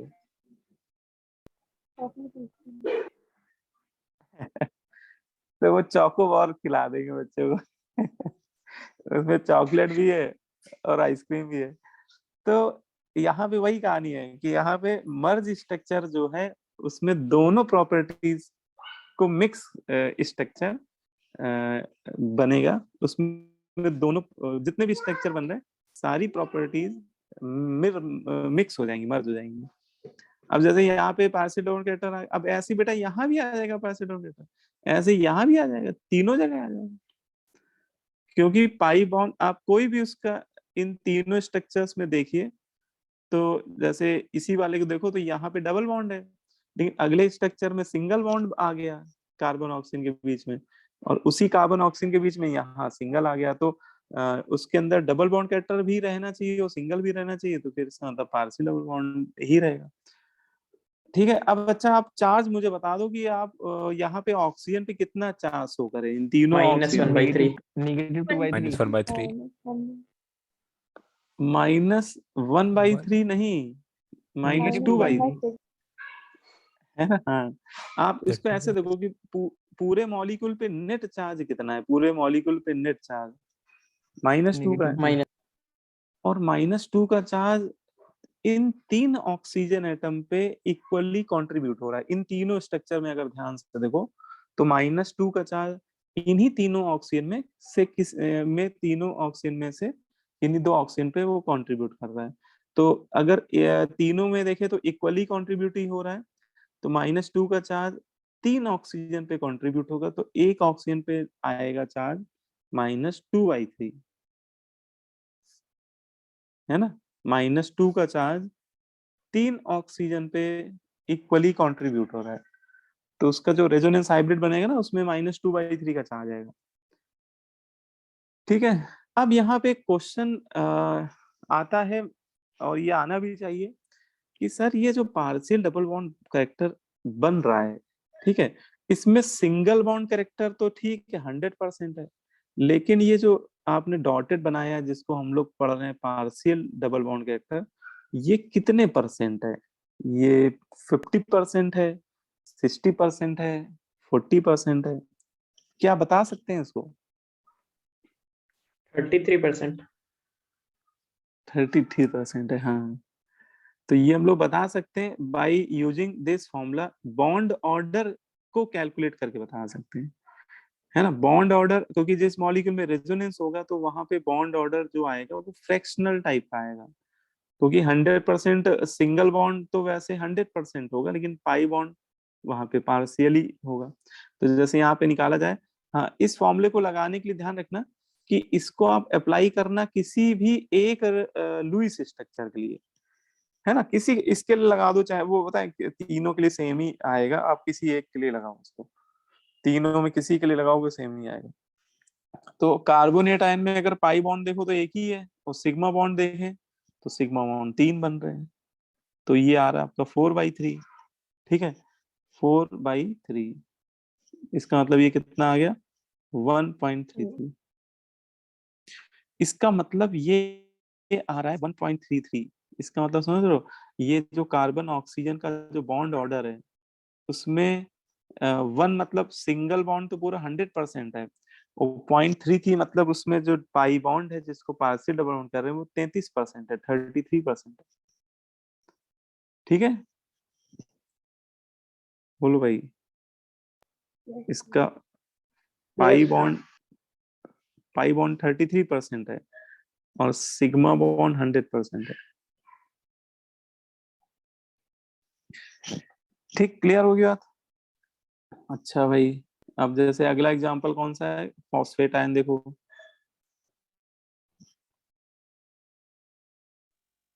सर रेजोनेटिंग स्ट्रक्चर में जो ओरिजिनल स्ट्रक्चर होता है उसको भी काउंट करते हैं? हाँ, ओरिजिनल स्ट्रक्चर को भी काउंट करेंगे, क्योंकि ओरिजिनल वाला जो है उसी से दूसरे भी बन रहे हैं, है ना, और वो भी तो डीलोकलाइजेशन में पार्टिसिपेट कर ही रहा है, तो उसको तो काउंट करना ही पड़ेगा हम लोग को। ठीक है, जैसे मैंने फॉस्फेट आयन का पहले एक बना दिया है ना, क्लियर हो गया बेटा? Yes sir. तो इसमें जैसे ये वाला समझ लेते हैं। फॉस्फेट आयन का जैसे मैंने एक लुईस स्ट्रक्चर आपको बना के दिखा दिया, ठीक है। अब आपको बताना है इसके टोटल कितने रेजोनेटिंग स्ट्रक्चर बनेंगे, सर 4। है ना? हाँ, इसके 4 बनेंगे। तो देखो, एक तो ये बेटा खुद ही हो गया। दूसरा देखो, ये जो निगेटिव चार्ज है ये पाई बॉन्ड के साथ बेटा अगर रेजोनेंस में इन्वॉल्व हो जाए, है ना, ये लपक झपक करे तो एक सेकेंड बन जाएगा इससे। तीसरा, ये वाला ऑक्सीजन का लोन पेयर रेजोनेंस में इन्वॉल्व हो तो ये तीसरा बन जाएगा, और एक केस में ये वाला ऑक्सीजन तो ये चौथा बन जाएगा। तो आप कॉपी में बना सकते हो 1 बाई 1 कॉपी में, एक एक समय पे एक ही लोन पेयर मूव करेगा, ठीक है। ऐसा ना करना कि आप एक समय में इसको भी घुमा दो, इसको भी घुमा दो तो क्योंकि पाई बॉन्ड तो एक ही है ना, वो किसी एक ही लोन पेयर के साथ एट ए टाइम डीलोकलाइज करेगा, है ना। तो इसलिए आपको 1 बाई 1 बना के दिखाना पड़ेगा। सर इसका स्ट्रक्चर प्लेनार तो नहीं है? इसका स्ट्रक्चर प्लेनर नहीं है। Yes sir. इसमें कहे थे नेसेसरी कंडीशन में तो उसका प्लेनर होना चाहिए रेजोनेंस के लिए। देखो, प्लेनर किसके रिस्पेक्ट में होना चाहिए ये भी समझ में आना चाहिए। देखो, पूरा मॉलिक्यूल प्लेनर होना कंपलसरी नहीं है। जैसे देखो, ये वाला एग्जांपल, इसमें रेजोनेंस इन 3 एटम के बीच में ही हो रहा है, तो ये तीनों एटम एक ही प्लेन पे लाई करने चाहिए, है ना। जिन एटम के बीच में रेजोनेंस हो रहा है वो एटम एक ही प्लेन पे अगर लाई कर रहे हैं, है ना, तो उनके जो p ऑर्बिटल हैं वो भी एक ही प्लेन पे लाई कर रहे होंगे, और जब p ऑर्बिटल एक ही प्लेन पे लाई हो रहे होंगे तो उनके बीच में आसानी से एक का पाई बॉन्ड बन रहा होगा तो एक का टूट रहा होगा, मतलब पाई बॉन्ड का बनना और टूटना एक साथ पॉसिबल हो जाएगा। तो जितने पोर्शन में रेजोनेंस आप चेक कर रहे हो, देखो जैसे आपका जो डाउट है वो बहुत लॉजिकल डाउट है, कि ये डाउट मतलब आएगा किसी बच्चों को आ सकता है कि सर ये फास्फोरस पे हाइब्रिडेशन sp3 है, और sp3 वाला मॉलिक्यूल प्लेनर तो होता नहीं है, वो टेट्राहाइड्रल होता है उसमें। लेकिन एक चीज ये भी समझ के चलो आप कि ठीक है, बिल्कुल सही बात है, ये पूरा मॉलिक्यूल प्लेनर नहीं है, ये पूरा कंप्लीट मॉलिक्यूल प्लेनर नहीं है, ठीक है। लेकिन यस सर। आप ऐसे समझो, है ना, ये मैंने उसका बना दिया 3D स्ट्रक्चर। तो जैसे आप पहले इतने पार्ट में रेजोनेंस, जब इसका पहला रेजोनेंस स्ट्रक्चर आप बना रहे हो तो इसी का निगेटिव चार्ज लपक और झपक कर रहा है, मतलब इतने ही पोर्शन में रेजोनेंस हो रहा है, तो क्या ये यस सर। 3 एटम एक प्लेन पे नहीं लाई कर रहे होंगे? यस सर, एक ही प्लेन पे होंगे। है ना, ये 3 एटम एक इस तरह का प्लेन आप विजुलाइज करो, तो ये 3 एटम एक प्लेन पे लाई कर रहे होंगे, 100% कर रहे होंगे, ठीक है। अच्छा, अब जब ये वाला, अब देखो, अब जैसे ये वाला लपक झपक कर चुका, मान लो ये वाला बन गया, चलो। अब जब मान लो कि ये वाला लपक झपक करने जा रहा होगा, ये वाला, तो अब क्या ये 3 एटम एक प्लेन पे नहीं लाई कर रहे होंगे? यस सर, करेंगे। करेंगे। है ना, क्योंकि हम लोगों ने ये डिस्कस किया था, टेट्राहाइड्रल मॉलिक्यूल में सारे एटम एक प्लेन पे लाई नहीं करते हैं, लेकिन at a time 3 atom maximum एक ही प्लेन पे लाई कर रहे होते हैं, है ना। ये Yes, sir.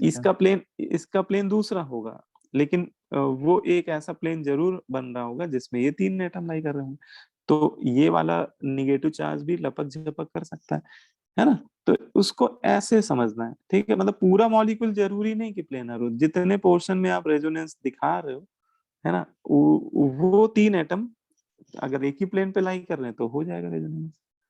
अगले केस में ये वाला रेजोनेंस में इन्वॉल्व हो जाएगा।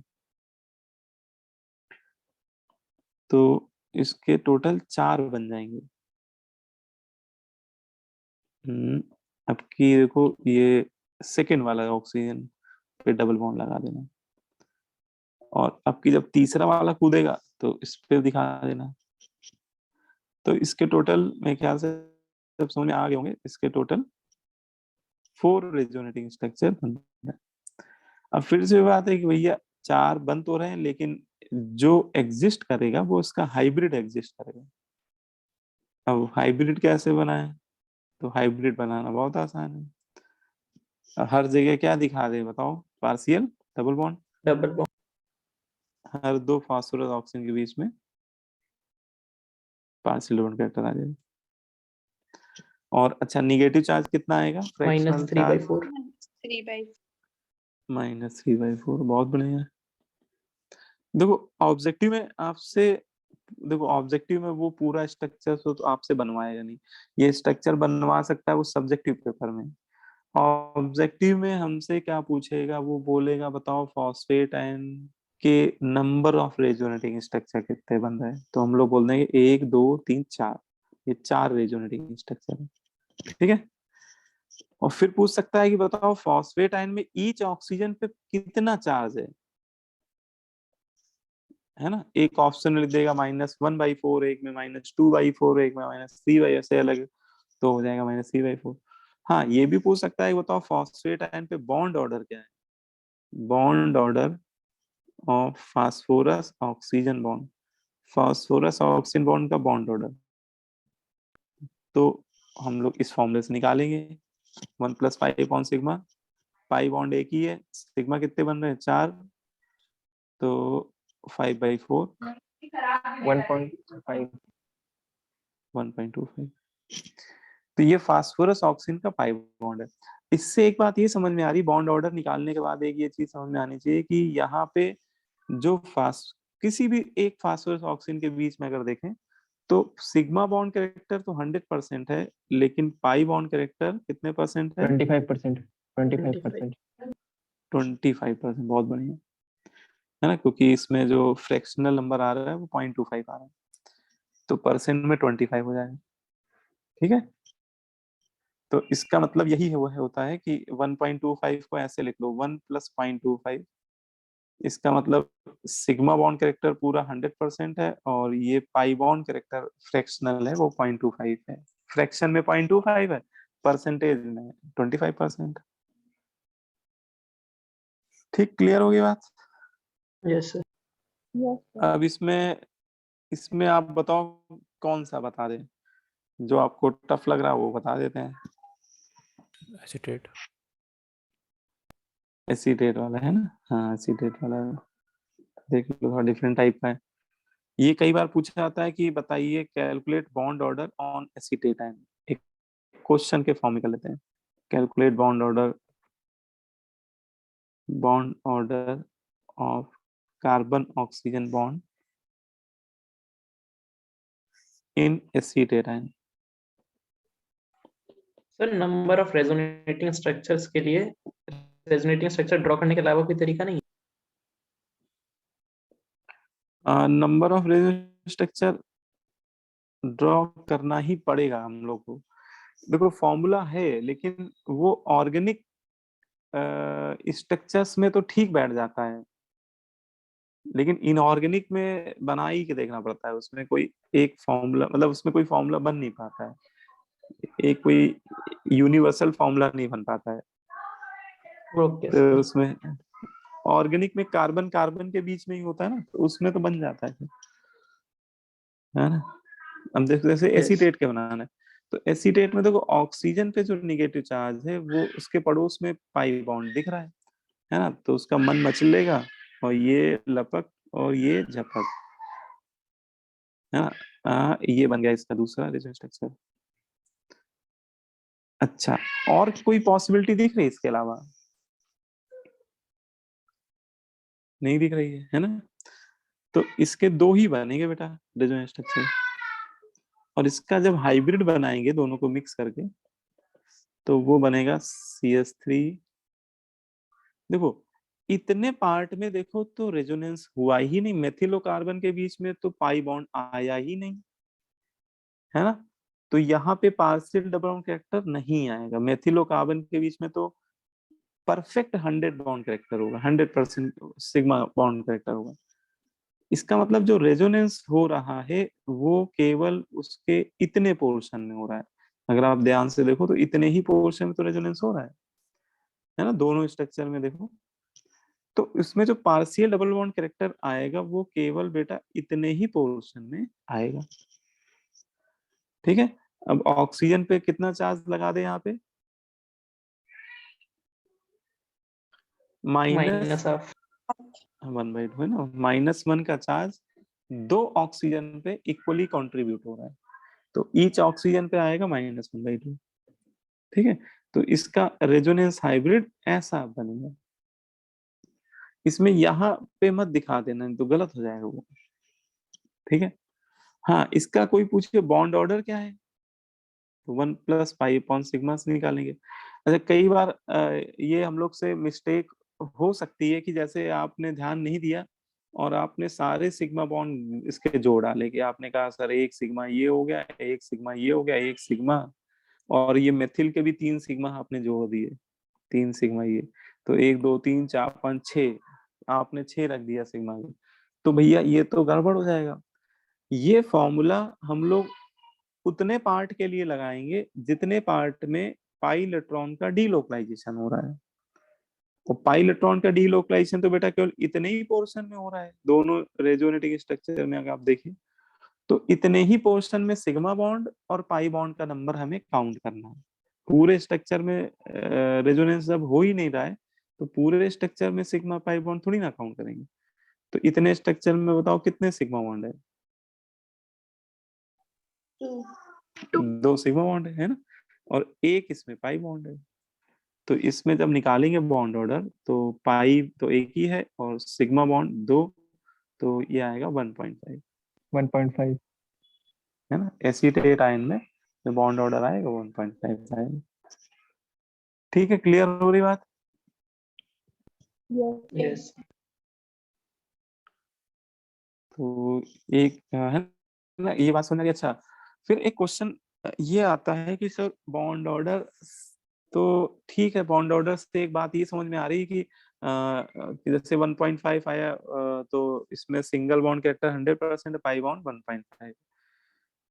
इसका मतलब देखो जितना बॉन्ड ऑर्डर ज्यादा आएगा उतना उस बॉन्ड की स्ट्रेंथ बढ़ेगी कि घटेगी? अगर किसी दो एटम के बीच का बॉन्ड ऑर्डर जैसे 1.5 आया और एक मॉलिक्यूल में निकालें वही कार्बन ऑक्सीजन का बॉन्ड ऑर्डर सपोज आ गया 2 आ गया, है ना, तो कौन सा बॉन्ड ज्यादा स्टेबल होगा? सर 2 वाला। 2 वाला, है ना। हाँ, तो सीधे सीधे बोल सकते हैं कि जितना ज्यादा बॉन्ड ऑर्डर होगा उतना ही ज्यादा बॉन्ड मजबूत होगा, उसकी स्ट्रेंथ ज्यादा होगी, है ना। तो बॉन्ड ऑर्डर से हम लोग बॉन्ड की स्ट्रेंथ को डिटरमाइन कर सकते हैं, ठीक है। Bond order determine bond strength of a molecule. Higher the bond order, ये लिख लो, एक पॉइंट लिख लो, higher the bond order of a covalent bond, more will be its bond energy। जितना ज्यादा बॉन्ड ऑर्डर आएगा वो बॉन्ड उतना ही थर्मली स्टेबल होगा, है ना, उसकी बॉन्ड एनर्जी उतनी ज्यादा होगी। That is more stable. जितना ज्यादा बॉन्ड एनर्जी उतनी स्टेबिलिटी भी ज्यादा होगी। तो कई बार हम लोग को ऐसे क्वेश्चन पूछे आ सकते हैं जिनमें आपसे वो हो सकता है कि बॉन्ड एनर्जी कंपेयर कराने लगे, है ना। तो आपको ये पता होना चाहिए कि बॉन्ड ऑर्डर बॉन्ड एनर्जी के क्या होता है, डायरेक्टली प्रोपोर्शनल। ठीक है, लेकिन देखो बॉन्ड एनर्जी जितनी ज्यादा होगी उसकी बॉन्ड लेंथ उतनी कम होगी। बॉन्ड एनर्जी बॉन्ड लेंथ के जो होती है वो इनवर्सली प्रोपोर्शनल होती है ना। बॉन्ड एनर्जी ज्यादा होगी तो एटम उतने ही पास पास आ जाएंगे ओवरलैप करते समय, है ना, तो उनकी बॉन्ड लेंथ कम हो जाएगी। ठीक है, तो ये हम लोग को पता होना चाहिए। बॉन्ड ऑर्डर का बॉन्ड लेंथ से रिलेशन इनवर्सली प्रोपोर्शनल होता है, लेकिन बॉन्ड एनर्जी से जो रिलेशन है वो डायरेक्टली प्रोपोर्शनल टाइप का होता है। ठीक है, अब जैसे Yes. एक क्वेश्चन के फॉर्म में कर लीजिए, एक मैं आपको देता हूँ, compare carbon oxygen bond length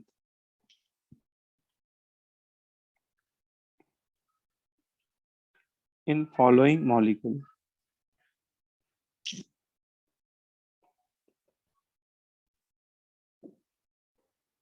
देखो इसमें एक ले लीजिए कार्बन डाइऑक्साइड, एक ले लिए कार्बन मोनोऑक्साइड, एक ले लिए कार्बोनेट आयन और एक ले लिए एसीटेट आयन। तो ये आपको चार उसने मॉलिक्यूल दिए और चारों मॉलिक्यूल में कार्बन और ऑक्सीजन के बीच का जो बॉन्ड बन रहा है उसकी बॉन्ड लेंथ का ऑर्डर आपसे पूछ रहा है, कंपेयर करने को बोल रहा है। बॉन्ड लेंथ एग्जैक्टली कोई नहीं बता सकता, उसका कोई फॉर्मूला भी नहीं होता है, लेकिन बॉन्ड लेंथ को कंपेयर कर सकते हैं कि हाँ इसकी बॉन्ड लेंथ ज्यादा होगी इसकी कम होगी, ये बता सकते हैं। तो उसके लिए क्या है कि आप इनके स्ट्रक्चर बनाइए, जैसे पहले बनाइए कार्बन डाइऑक्साइड का। ठीक है, अब इसमें तो देखो रेजोनेंस हो नहीं रहा है, तो इसमें बॉन्ड ऑर्डर कितना आ रहा होगा? 1 yes 1 आ रहा होगा, 2 आएगा ना। बॉन्ड ऑर्डर क्या होता है? Number of covalent bond form between two atom. इन्हीं दो एटम के बीच में कितने कोवेलेंट बॉन्ड बन रहे हैं? तो इसमें तो दो ही बन रहे हैं, इसमें रेजोनेंस तो है नहीं। अच्छा, कार्बन मोनोऑक्साइड में देखोगे तो ऐसा कुछ स्ट्रक्चर आता है, तो इसमें बॉन्ड ऑर्डर 3 आएगा। तो इन दोनों में तो खैर डायरेक्ट आप बता सकते हो क्योंकि इसमें रेजोनेंस नहीं हो रहा है, लेकिन कार्बोनेट आयन में अभी जैसे मैंने बताया तो इसमें इसके 3 रेजोनेटिंग स्ट्रक्चर बन रहे होंगे और लास्ट में हाइब्रिड बन रहा होगा। और मतलब हम लोग को हाइब्रिड से ही है क्योंकि जो एग्जिस्ट करेगा वो हाइब्रिड वाला ही करेगा, है ना। तो इसका जो बॉन्ड ऑर्डर आएगा वो आएगा, अभी निकाला था हम लोगों ने कितना, 1.33। ये उसी फॉर्मूले से आएगा 1 + पाई/σ से। ठीक है, तो ये निकालोगे तो 1.33 आएगा। और एसीटेट आयन का भी हम लोगों ने निकाला, कितना आया था बॉन्ड ऑर्डर? 1.5। अब इसमें देख लिए कि सबसे ज्यादा बॉन्ड ऑर्डर किसका आ रहा है? कार्बन मोनोऑक्साइड का, है ना। मतलब इसकी बॉन्ड लेंथ सबसे कम होगी इन चारों मॉलिक्यूल में। सबसे जो सबसे कम बॉन्ड लेंथ होगी वो कार्बन ऑक्सीजन में, कार्बन मोनोऑक्साइड में ही होगी। इससे थोड़ी सी ज्यादा होगी कार्बन डाइऑक्साइड में, क्योंकि इसका बॉन्ड ऑर्डर थोड़ा सा क्या हो गया, बढ़ गया, नहीं घट गया, सॉरी, बॉन्ड ऑर्डर कम हो रहा है तो बॉन्ड लेंथ बढ़ रही है। अब इससे और कम कौन सा वैल्यू है? एसीटेट आयन का 1.5। तो इसके बाद जो बॉन्ड लेंथ है कार्बन ऑक्सीजन की वो एसीटेट में होगी, और सबसे ज्यादा इन चारों में किसकी होगी? Carbonate ion. तो ये एक ऑर्डर हमें मिल गया, इंक्रीजिंग ऑर्डर है, order of carbon oxygen bond length. ठीक है, लेकिन इन्हीं चारों में अगर वो बॉन्ड एनर्जी का ऑर्डर पूछता तो वो उल्टा हो जाता, वो रिवर्स ऑर्डर हो जाता। बॉन्ड एनर्जी कार्बन मोनोऑक्साइड की ज्यादा होती है। हाँ बेटा बताओ, कुछ कह रहे थे? सर लेकिन जब CO2 में सर जब रेजोनेंस नहीं हो रहा है तो हमसे बॉन्ड ऑर्डर का फॉर्मूला कैसे मतलब उसमें यूज कर सकते हैं? देखो बॉन्ड ऑर्डर का जो फॉर्मूला मैंने बताया है वो यूनिवर्सल है फॉर्मूला, यूनिवर्सल समझ लो। ये अगर मान लो किसी मॉलिक्यूल में रेजोनेंस नहीं भी हो रहा है ना, तो भी इससे बॉन्ड ऑर्डर निकाल सकते हैं, और अगर हो रहा है तब तो आ ही जाता है। ठीक है, तो सर एसिटेट आयन में सर जहाँ पे रेजोनेंस नहीं हो रहा था सर वहाँ का सिग्मा बॉन्ड लिया था उसमें। हाँ, तो जहाँ पे रेजोनेंस नहीं हो रहा है तो वहां वाले सिग्मा बॉन्ड या पाई बॉन्ड हम लोग क्यों लेंगे? तो सर CO2 में सर कहीं भी नहीं हो रहा है।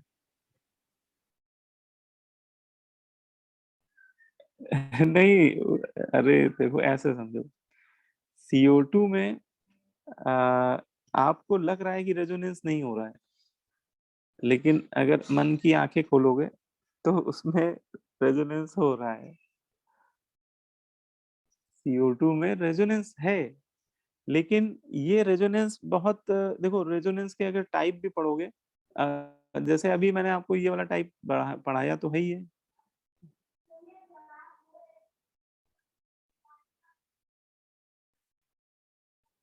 ये वाला टाइप देखो, अगर डबली बॉन्डेड कार्बन के पड़ोस वाले कार्बन पे लोन पेयर है तो भी तो रेजोनेंस होता है।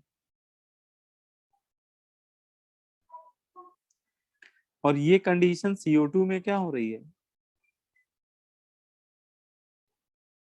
फुलफिल हो रही है। तो इसमें भी अगर आपसे कभी, वैसे वही बात है कि न्यूट्रल मॉलिक्यूल पहले ही से बहुत स्टेबल होते हैं। ठीक है, एक इसमें कंडीशन आपको बताते हैं कि जैसे न्यूट्रल मॉलिक्यूल है ना, तो ये पहले ही से बहुत स्टेबल है।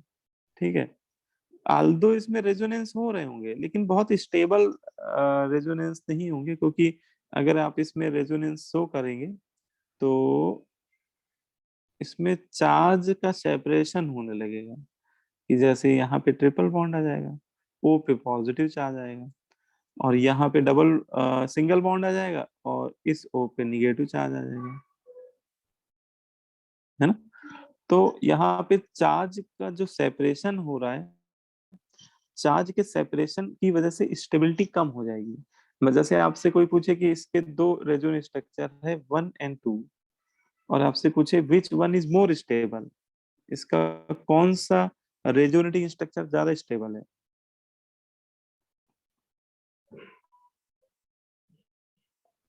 ठीक है, तो होता क्या है कि न्यूट्रल रेजोनेटिंग, मतलब इसका आंसर है पहला, तो मैं आपको आंसर बताता हूँ। आंसर है पहला, फर्स्ट रीजन है neutral resonating structure are more stable than charge as compare to charge separation resonating structure. Neutral resonating structure is more stable than charge separation, क्योंकि दूसरे वाले में चार्ज सेपरेशन हो रहा है रेजोनेंस स्ट्रक्चर। ठीक है, तो ये स्ट्रक्चर इस फॉर्म में रहने की उसकी ज्यादा टेंडेंसी है, मतलब इसमें रेजोनेंस होगा जरूर, ऐसा नहीं कि रेजोनेंस नहीं होगा, लेकिन इसमें क्या हो रहा होगा कि ये स्ट्रक्चर इसमें कन्वर्ट होगा तो बहुत कम समय के लिए रहेगा, है ना। लेकिन ये स्ट्रक्चर इसमें रहे जाएगा वापस फर्स्ट में, तो ज्यादा समय तक ये वाला एग्जिस्ट करेगा।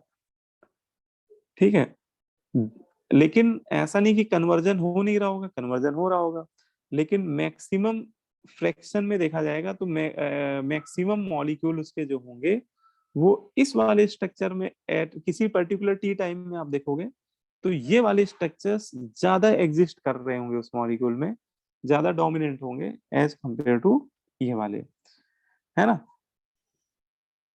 इसमें यस सर।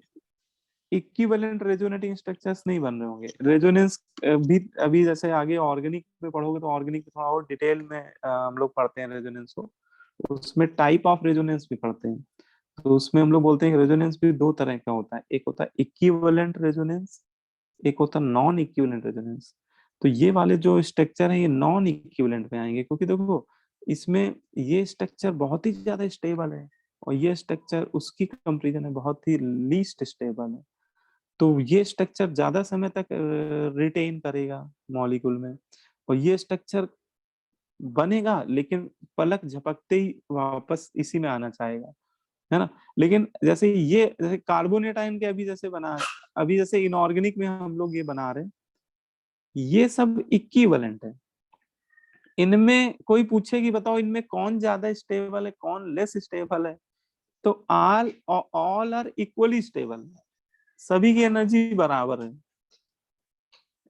इनमें रिलेटिव स्टेबिलिटी का कोई भी ऑर्डर नहीं है, क्योंकि सभी स्ट्रक्चर एक जैसे ही लग रहे हैं हम लोग को देखने में, है ना।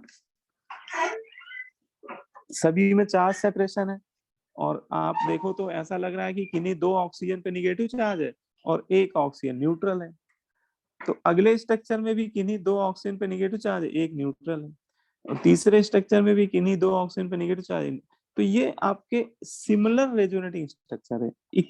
और जब भी इक्विवेलेंट रेजोनेटिंग स्ट्रक्चर होते हैं तो उनकी एनर्जी बराबर होती है। तो इसका मतलब ये सभी इक्वली स्टेबल है, तो इक्वल टाइम के लिए एग्जिस्ट भी करेंगे। जितनी जितनी देर के ये एग्जिस्ट करेगा उतने ही टाइम के लिए ये भी बनेगा, उतने ही टाइम के लिए वो भी बनेगा। ठीक है ना। Yes sir.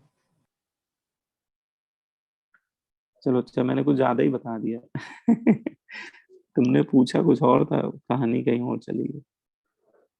चलो अच्छा ठीक है, इसी बहाने कुछ समझ में आ गया होगा। तो देखो अभी इनऑर्गेनिक में तो बस आपको सिंपल जो मॉलिक्यूल है, इनऑर्गेनिक मॉलिक्यूल, उनमें ही पूछा जाएगा, और उनमें निकालने का तरीका मैंने आपको बता दिया। ठीक है। सर तो जिस मॉलिक्यूल में हम बॉन्ड ऑर्डर का फॉर्मूला लगाएंगे उसमें हर मॉलिक्यूल में रेजोनेंस होगा।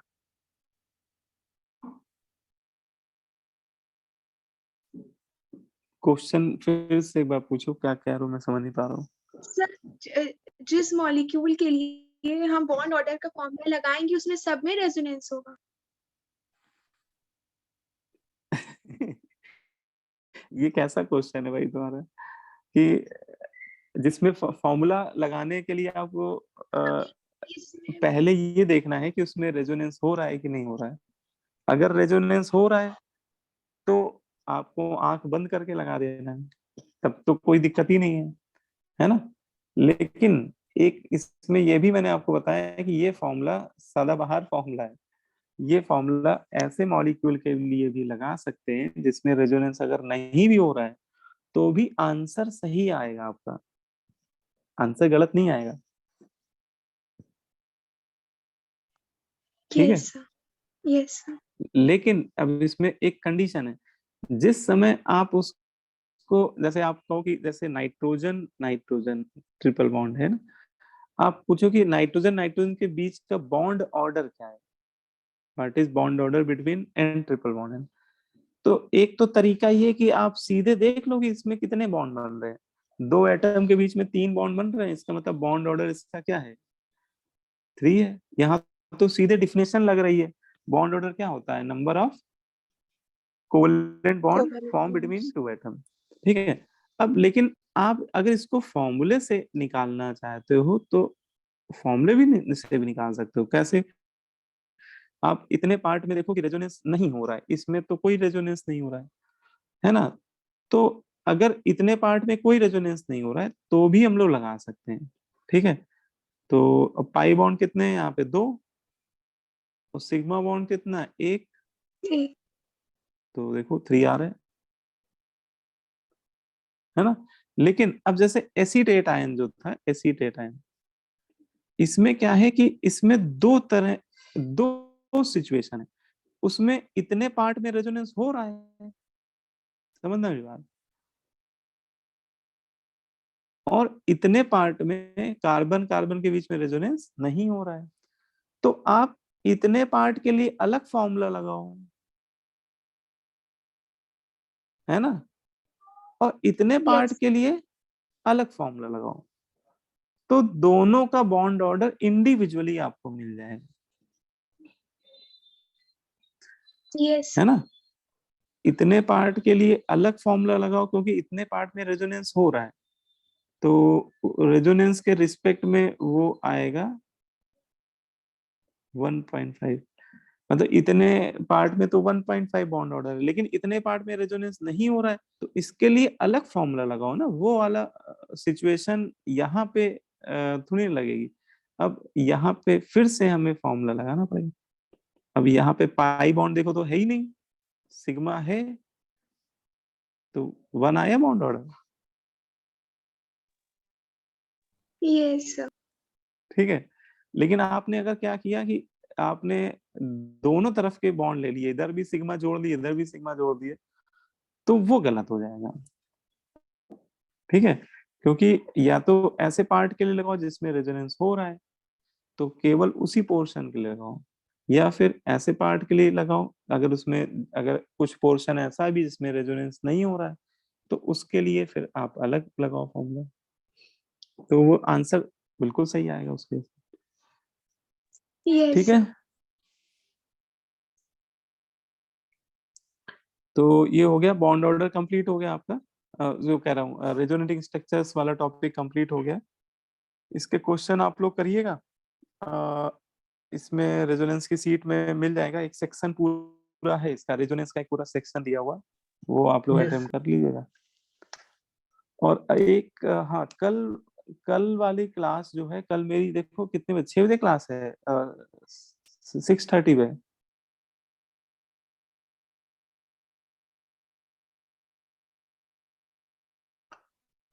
कोई बच्चा देख के बताओ भाई। Yes, sir.